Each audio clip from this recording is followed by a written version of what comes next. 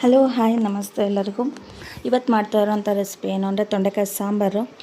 Almost ಆಲು ತೊಂಡೆಕಾಯಲ್ಲಿ ಪಲ್ಯ ಮಾಡ್ತೀವಿ, ತುಂಬ ರುಚಿಯಾಗಿರುತ್ತೆ. ಹಾಗೆ ಆರೋಗ್ಯಕ್ಕೆ ತುಂಬ ಒಂದು ಒಳ್ಳೆ ತರಕಾರಿ ಅಂತಲೇ ಹೇಳ್ಬೋದು ತೊಂಡೆಕಾಯಿ. ಅದನ್ನು ಬಳಸಿ ತುಂಬ ಸಿಂಪಲಾಗಿ ಸಾಂಬಾರು ಹೇಗೆ ಮಾಡ್ಕೊಳ್ಳೋದು ಅಂತ ಹೇಳ್ಬಿಟ್ಟು ನಾನು ಈ ವಿಡಿಯೋದಲ್ಲಿ ತೋರಿಸ್ತಾ ಇದ್ದೀನಿ. ಹಾಗೆಯೇ ನನ್ನ ಚಾನಲ್ಗೆ ಯಾರೆಲ್ಲ ಸಬ್ಸ್ಕ್ರೈಬ್ ಮಾಡ್ಕೊಂಡಿಲ್ಲ ದಯವಿಟ್ಟು ಸಬ್ಸ್ಕ್ರೈಬ್ ಮಾಡ್ಕೊಳ್ಳಿ, ಸಪೋರ್ಟ್ ಮಾಡಿ. ವಿಡಿಯೋ ಸ್ಟಾರ್ಟ್ ಮಾಡೋಣ. ನೋಡಿ, ನಾನಿಲ್ಲಿ ತೊಂಡೆಕಾಯಿ ಸಾಂಬಾರು ಮಾಡೋದಕ್ಕೆ 1 ಈರುಳ್ಳಿ ತೊಗೊಂಡಿದ್ದೀನಿ, 3 ಟೊಮೊಟೊ ಮತ್ತು ಕರಿಬೇವು ಒಗ್ಗರಣೆಗೆ ಅಷ್ಟೇ. ತೊಂಡೆಕಾಯಿ ನೋಡ್ಬೋದು, ಇಲ್ಲಿ ತೊಳೆದು ಇಟ್ಕೊಂಡಿದ್ದೀನಿ. ನೀಟಾಗಿ ಈ ಥರ ಉದ್ದುದ್ದ ಕಟ್ ಮಾಡ್ಕೊಂಡಿದ್ದೀನಿ. ನೋಡಿ, ತೊಂಡೆಕಾಯಿ ಜೊತೆಗೆ ಬೇಕಿದ್ರೆ ಆಲೂಗಡ್ಡೆ ಕೂಡ ಹಾಕೋಬೋದು. ಇದೆಲ್ಲ ಏನು ಅಂದರೆ ತರಕಾರಿ ಬೇಗ ಬೆಂದ್ಬಿಡುತ್ತೆ, ಹಾಗಾಗಿ ಸ್ವಲ್ಪ ಈ ಥರ ಉದ್ದುದಕ್ಕೆ ಹೆಚ್ಕೊಂಡಿದ್ದೀನಿ. ನೋಡಿ, ಮತ್ತು ಸಾಂಬಾರಿಗೆ ಬೇಕಿರೋ ಅಂಥದ್ದು ನಾನು ತೊಗರಿಬೇಳೆ ಆಲ್ರೆಡಿ ಬೇಯಿಸಿ ಇಟ್ಕೊಂಡಿದ್ದೀನಿ ಕುಕ್ಕರಲ್ಲಿ. ಒಂದು ಮೀಡಿಯಮ್ ಗ್ಲಾಸಲ್ಲಿ 1 ಕಪ್ ಪೂರ್ತಿನೂ ಹಾಕಿ ಬೇಳೆ ಬೇಯಿಸಿ ಇಟ್ಕೊಂಡಿದ್ದೀನಿ ಆಲ್ರೆಡಿ. ಸಾಂಬಾರು ಮಾಡ್ಕೊಳ್ಳೋಕ್ಕೆ ನಾನು ಪಾತ್ರೆ ಕಾಯೋದಕ್ಕೆ ಇಟ್ಟಿದ್ದೀನಿ. ತುಂಬ ಅಂದರೆ ತುಂಬ ಸಿಂಪಲ್ಲಾಗಿ ಮಾಡ್ಕೊಳ್ಳೋ ಅಂಥ ಒಂದು ಬೇಳೆ ಸಾಂಬಾರು ರೀತಿಯಲ್ಲೇ ತೊಂಡೆಕಾಯಿ ಹಾಕಿ ಮಾಡ್ತಾಯಿದ್ವಿ. ತೊಂಡೆಕಾಯಿಂದ ಏನು ಪಲ್ಯ ತುಂಬ ಚೆನ್ನಾಗಿರುತ್ತೆ, ಹಾಗೆಯೇ ಸಾಂಬಾರು ಕೂಡ ತುಂಬ ಅಂದರೆ ತುಂಬ ಚೆನ್ನಾಗಿರುತ್ತೆ ಮತ್ತು ತುಂಬ ಹೆಲ್ದಿ ಒಂದು ತರಕಾರಿ ಅಂತಲೇ ಹೇಳ್ಬೋದು. ಮತ್ತು ನೋಡಿ, ತೊಂಡೆಕಾಯಿ ಈ ಥರ ಕಾಯಿ ರೀತಿಯಲ್ಲಿದ್ದರೆ ಚೆನ್ನಾಗಿರುತ್ತೆ. ಹಣ್ಣು ಥರ ಒಳಗಡೆ ಎಲ್ಲ ರೆಡ್ ಕಲರ್ ಆಗಿತ್ತು ಅಂದರೆ ಅದು ಕೆಂಪಗಾಗಿದ್ದರೆ ಹಣ್ಣಾಗಿರುತ್ತೆ, ಅದು ಹುಳಿ ಹುಳಿ ಅನಿಸ್ಬಿಡುತ್ತೆ. ಇದು ಎಣ್ಣೆ ಹಾಕ್ತಾಯಿದ್ದೀನಿ, ಒಗ್ಗರಣೆಗೆ ಹಾಕಿರೋ ಅಷ್ಟು.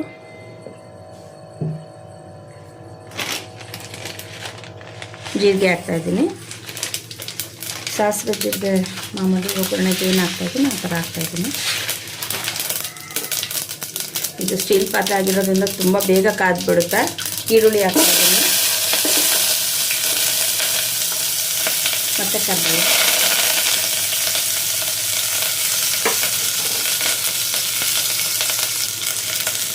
ತೊಂಡೆಕಾಯಿ ಏನಂದರೆ ಒಳಗಡೆ ಕೆಂಪುಗಾಗಿದ್ರೆ ಹಣ್ಣು ಆಗಿಬಿಟ್ಟಿರುತ್ತೆ, ಅದು ಹುಳಿ ಅನಿಸುತ್ತೆ, ತಿನ್ನೋದಕ್ಕೆ ಚೆನ್ನಾಗಿರಲ್ಲ. ಕಾಯಿ ಇದ್ರೇ ಚೆನ್ನಾಗೆ. ತೊಂಡೆಕಾಯಿ ಏನು ಅಂದರೆ ಹೆಲ್ತ್ ಕೂಡ ತುಂಬಾ ಒಳ್ಳೆಯದು ತೊಂಡೆಕಾಯಿ. ಇವಾಗ ಟೊಮೊಟೊ ಹಾಕ್ತಾಯಿದ್ದೀನಿ. ಬೇಳೆ ಸಾರು ರೀತಿ ಮಾಡ್ಕೊಳೋ ಇದಕ್ಕೆ ಟೊಮೊಟೊ ಸ್ವಲ್ಪ ಜಾಸ್ತಿ ಹಾಕ್ಕೊಂಡ್ರೆ ಚೆನ್ನಾಗಿರುತ್ತೆ.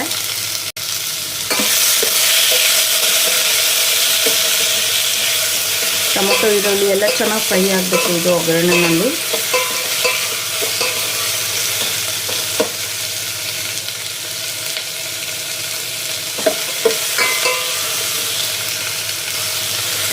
ನೋಡಿ, ಈರುಳ್ಳಿ ಟೊಮೊಟೊ ಫ್ರೈ ಆಗಿದೆ. ಇದಕ್ಕೀಗ ಏನು ಹೆಚ್ಚಿಟ್ಕೊಂಡಿದೆ ತೊಂಡೆಕಾಯಿ ಹಾಕ್ತಾಯಿದ್ದೀನಿ. ತೊಂಡೆಕಾಯಿ ಕೂಡ ಏನು ಅಂದರೆ ವಾಶ್ ಮಾಡುವಾಗಲೂ ಸ್ವಲ್ಪ ನೀಟಾಗಿ ಜಾಸ್ತಿ ವಾಶ್ ಮಾಡಬೇಕು. ಅದು ಸ್ವಲ್ಪ ಹೊರಗಡೆನೂ ಎಲ್ಲ ಮೇಲ್ಗಡೆ ಏನಿರುತ್ತೆ ಅದನ್ನು ಕ್ಲೀನ್ ಮಾಡ್ಕೊಂಡು ಆಮೇಲೆ ಹೆಚ್ಚೆ ಆದಮೇಲೆ ಕೂಡ ಸ್ವಲ್ಪ ಜಾಸ್ತಿ ವಾಶ್ ಮಾಡ್ಕೋಬೇಕಾಗುತ್ತೆ. ಏನಕ್ಕೆ ಅಂದರೆ ಅದು ಒಳಗಡೆ ಸ್ವಲ್ಪ ಲೋಳೆ ಥರ ಇರುತ್ತೆ, ಒಂಥರ ಗಮ್ ಥರ ಏನಿರುತ್ತೆ ಅದು ಹೋಗ್ಲಿಕ್ಕೋಸ್ಕರ ಸ್ವಲ್ಪ ಚೆನ್ನಾಗಿ ತೊಳ್ಕೊಬೇಕು. ನೋಡಿ, ಈ ಥರ ನೀಟಾಗಿ ಆಗಬೇಕು, ಆ ರೀತಿಯಲ್ಲಿ ವಾಶ್ ಮಾಡ್ಕೋಬೇಕು.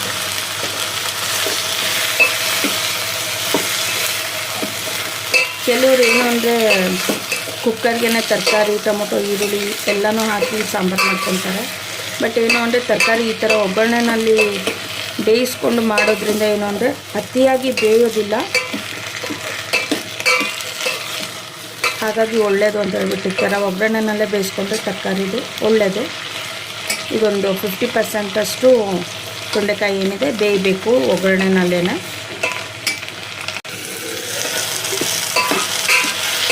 ನೋಡಿ, ಅವಾಗವಾಗ ಈ ಥರ ತಿರುಗಿಸ್ತಾ ಇರಬೇಕು, ಇಲ್ಲಾಂದರೆ ಒತ್ತದಾಗ ಆಗಿಬಿಡುತ್ತೆ. ನೋಡಿ, ಟೊಮೊಟೊ ಎಲ್ಲ ಸಾಫ್ಟ್ ಆಗಿದೆ. ಇವಾಗ ಇದಕ್ಕೆ ಬೇಳೆ ಸಾರು ಪುಡಿ ಹಾಕ್ತಾಯಿದ್ದೀನಿ. ಇದು ಅತಿ ಖಾರ ಇಲ್ಲ, ಒಂದು ಮೀಡಿಯಮ್ ಆಗಿ ಇದೆ ಖಾರ. ನಾನಿದು 1 ಸ್ಪೂನಷ್ಟು ಹಾಕ್ತಾಯಿದ್ದೀನಿ ಬೇಳೆ ಸಾಂಬಾರು ಪುಡಿ. ಸ್ವಲ್ಪ ಅರಿಶಿನ ಹಾಕ್ತಾಯಿದ್ದೀನಿ.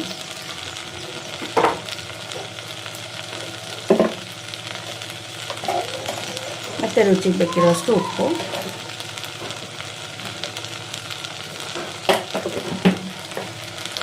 ಉಪ್ಪು ನೋಡೋದಕ್ಕೆ ಜಾಸ್ತಿ ಹಾಕಿದ್ದೀನಿ ಅನಿಸುತ್ತೆ, ಬಟ್ ಏನು ಅಂದರೆ ನಾನು ಅದು ಉಪ್ಪಿಗೆ ಯೂಸ್ ಮಾಡ್ತಿರೋ ಸ್ಪೂನ್ ಏನಿದೆ ತುಂಬ ಚಿಕ್ಕದು,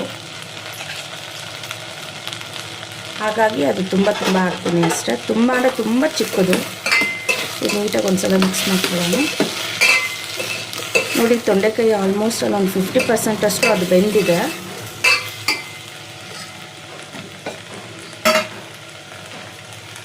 ಇವಾಗ ಇದು ಬೇಯಿಸಿಟ್ಟಿದ್ದ ಬೇಳೆ ಏನಿದೆ ನೀರು ಸಮೇತನ ಹಾಕ್ತಾಯಿದ್ದೀನಿ. ನೋಡಿ ಇದು ಸಾಂಬಾರಿಗೆ ನೀರು ಎಷ್ಟು ಅವಶ್ಯಕತೆ ಇದೆ ನೋಡ್ಕೊಂಡು ನಾನು ಹಾಕ್ತಾಯಿದ್ದೀನಿ. ಅಂದರೆ ಕೆಲವರಿಗೆ ತುಂಬ ತಿಳಿಯದೇ ಇಷ್ಟ ಆಗುತ್ತೆ ಸಾಂಬಾರು, ಕೆಲವರು ಗಟ್ಟಿ ಇರಬೇಕು. ನಾನು ಇದು ಮೀಡಿಯಮಾಗೆ ಮಾಡ್ಕೊಳ್ಳೋದು, ತುಂಬ ಗಟ್ಟಿಯಾಗೂ ಮಾಡ್ಕೊಳ್ಳಲ್ಲ, ತುಂಬ ತಿಳಿಯಾಗೂ ಮಾಡ್ಕೊಳ್ಳಲ್ಲ ಸಾಂಬಾರು. ನೋಡಿ ಈ ಥರ ನೀಟಾಗೆಲ್ಲ ಮಿಕ್ಸ್ ಮಾಡಿಕೊಂಡು ಉಪ್ಪು ಸರಿಯಾಗಿದೆನಾ ಅಂತ ಹೇಳ್ಬಿಟ್ಟು ಈಗಲೇ ನೋಡಿಕೊಂಡು ಬೇಕಿದ್ರೆ ಹಾಕೋಬೋದು. ಉಪ್ಪು ಯಾವಾಗಲೂ ಅಷ್ಟೇ ಹಾಕುವಾಗ ಸ್ವಲ್ಪ ಕಡಿಮೆನೇ ಹಾಕ್ಕೊಂಡ್ರೆ ಒಳ್ಳೆಯದು. ಯಾಕಂದರೆ ಕಡಿಮೆ ಹಾಕಿದರೆ ಆಮೇಲೆ ಬೇಕಿದ್ರೆ ಹಾಕೋಬೋದು. ಜಾಸ್ತಿ ಆಯಿತು ಅಂದರೆ ಅದು ರಿಪೇರಿ ಮಾಡೋ ಕೆಲಸ ತುಂಬ ತಲೆನೋವು. ನೋಡಿ ಇದು ನೀಟಾಗಿ ಮಿಕ್ಸ್ ಮಾಡಿಕೊಂಡು ತೊಂಡೆಕಾಯಿ ಇದು ಬೇಯೋವರೆಗೂ ಇದನ್ನು ಚೆನ್ನಾಗಿ ಕುದಿಸ್ಕೋಬೇಕು. ಸಾಂಬಾರು ಚೆನ್ನಾಗಿ ಕುದಿಸ್ಕೋಬೇಕು. ಸ್ವಲ್ಪ ಅರ್ಧ ಮುಚ್ಚಿ ಕುದಿಯಕ್ಕೆ ಬಿಡೋಣ. ಇಲ್ಲಾಂದರೆ ಪೂರ್ತಿ ಮುಚ್ಚಿದ್ರೆ ಏನಾಗುತ್ತೆ ಅಂದರೆ ಉಕ್ಕಿ ಬಂದುಬಿಡುತ್ತೆ. ಸಾಂಬಾರು ಉಕ್ಕಿದ್ರೆ ರುಚಿ ಚೆನ್ನಾಗಿರಲ್ಲ ಅಂತ ಹೇಳ್ತಾರೆ. ಹಾಗಾಗಿ ಇದು ಅರ್ಧ ಮುಚ್ಚಿ ಈಗ ಕುದಿಯೋದಕ್ಕೆ ಬಿಡೋಣ ಸಾಂಬಾರು. ತೊಂಡೆಕಾಯಿ ಒಂದು 50% ಅಷ್ಟೇ ಬೆಂದಿರೋದು. ಅದು ಸ್ವಲ್ಪ ನೀಟಾಗಿ ಬೇಯಬೇಕು, ಅಲ್ಲಿವರೆಗೂ ಕುದಿಸೋಣ ಸಾಂಬಾರನ್ನ. ನೋಡಿ ಸಾಂಬಾರು ಕುದೀತಾ ಇದೆ. ನೋಡಿ ಸಾಂಬಾರು ಚೆನ್ನಾಗಿ ಕುದೀತಾ ಇದೆ. ನಾವೇನು ಬೇಳೆ ಬೇಯಿಸಿ ಹಾಕಿದ್ವಲ್ವ ಅದು ಕೂಡ ನೋಡಿ ತುಂಬ ಬೆಂದ್ಬಿಟ್ಟು ಮಂದಗಾಗಿರುತ್ತೆ ಸಾಂಬಾರು. ನೋಡ್ಬೋದು ತೊಂಡೆಕಾಯಿ ಕೂಡ ಬೆಂದಿದೆ. ಪೂರ್ತಿ ಯಾವುದೇ ತರಕಾರಿ ಆಗಲಿ ತುಂಬ ಮೆತ್ತಗಾಗೋ ರೀತಿಯಲ್ಲಿ ಬೇಯಿಸ್ಕೋಬಾರ್ದು. ನೋಡಿ ತೊಂಡೆಕಾಯಿ ಸಾಂಬಾರು ಆಗಿದೆ. ಇದು ಫ್ಲೇಮ್ ಆಫ್ ಮಾಡ್ಕೊತಾ ಇದ್ದೀನಿ. ಅನ್ನಕ್ಕೆ ಮುದ್ದೆಗೆ ತುಂಬ ಚೆನ್ನಾಗಿರುತ್ತೆ. ಒಂಥರ ಮೈಲ್ಡಾಗಿ ಸಿಂಪಲ್ಲಾಗಿ ಮಾಡ್ಕೊಳ್ಳೋ ಅಂಥ ಒಂದು ಸಾಂಬಾರು. ಟ್ರೈ ಮಾಡಿ.